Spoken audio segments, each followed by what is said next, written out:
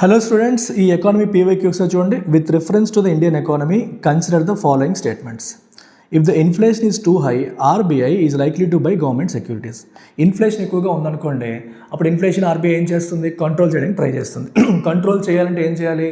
సిస్టంలో ఉన్న money supply తగ్గించాలి. మనీ సప్లై తగ్గితే గుడ్స్ అండ్ సర్వీసెస్కి డిమాండ్ తగ్గి వాటి ధరలు అనేవి కంట్రోల్ అవుతాయి. మరి ఆర్బీఐ గవర్నమెంట్ సెక్యూరిటీస్ పర్చేస్ చేస్తే, అంటే ఆల్రెడీ మార్కెట్లో ఉన్న గవర్నమెంట్ సెక్యూరిటీస్ అంటే గవర్నమెంట్ బాండ్స్ని ఆర్బీఐ పర్చేస్ చేసింది అనుకోండి, అప్పుడు ఏమవుతుంది?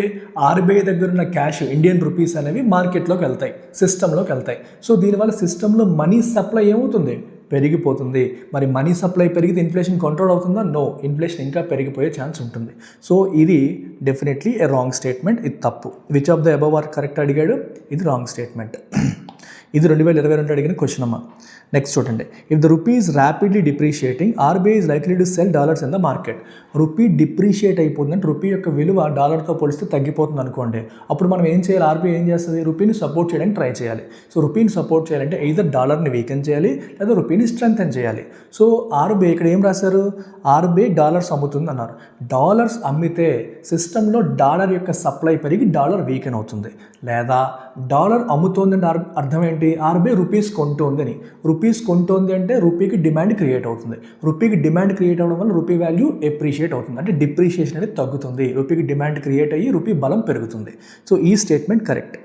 If the interest rates in the USA or European union were to fall, that is likely to induce RBI to buy dollars. European యూనియన్లో కానీ లేదా యూఎస్లో కానీ ఇంట్రెస్ట్ రేట్లు తగ్గాయి అనుకోండి, ఇండియాలో ఏ మార్పు లేదు కానీ ఈ యూరోపియన్ యూనియన్ యూఎస్ఏలో తగ్గాయి అనుకోండి, అప్పుడు ఏమవుతుంది? ఇంటర్నేషనల్ ఇన్వెస్టర్ పాయింట్ ఆఫ్ వ్యూలో ఇండియన్ మార్కెట్స్ అట్రాక్టివ్ అవుతాయి. ఎందుకని?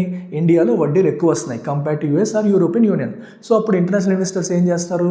ఇండియాకి వచ్చి ఇండియన్ బాండ్స్లో ఇన్వెస్ట్ చేయడానికి ఇష్టపడతారు. ఇండియన్ బాండ్స్లో ఇన్వెస్ట్ చేయాలంటే వారు ఏం చేయాలి?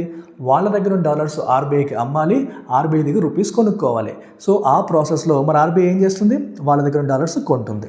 సో యుఎస్ మరియు యూరోపియన్ యూనియన్లో వడ్డీ రేట్లు తగ్గితే ఆర్బీఐ డాలర్స్ కొనే పరిస్థితి వస్తుంది అని చెప్పారు. Absolutely correct. So answer is 2 and 3 option B. ఇలా ప్రతి క్వశ్చన్ కూడా ఫ్యాకల్టీ ద్వారా మీరు ఎక్స్ప్లెయిన్ చేయించుకోవాలనుకుంటే LTX అందిస్తున్న ప్రిలిమ్స్ టెస్ట్ సిరీస్లో మీరు జాయిన్ అవ్వండి.